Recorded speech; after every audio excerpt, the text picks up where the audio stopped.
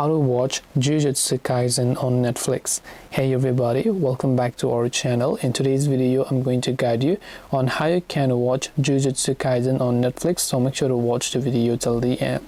Now, if you want to watch Jujutsu Kaisen on Netflix, all you have to do is open up the Netflix application.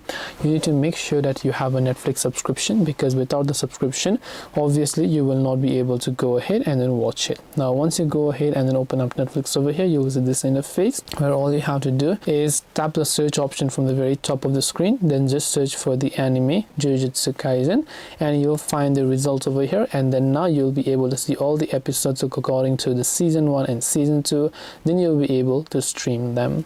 This way you'll be able to watch the Jujutsu Kaisen on Netflix. Hope this video was very helpful. If you have got any more questions, then feel free to also leave them down below. Thank you for watching till the very end of this tutorial, and see you soon in the next video.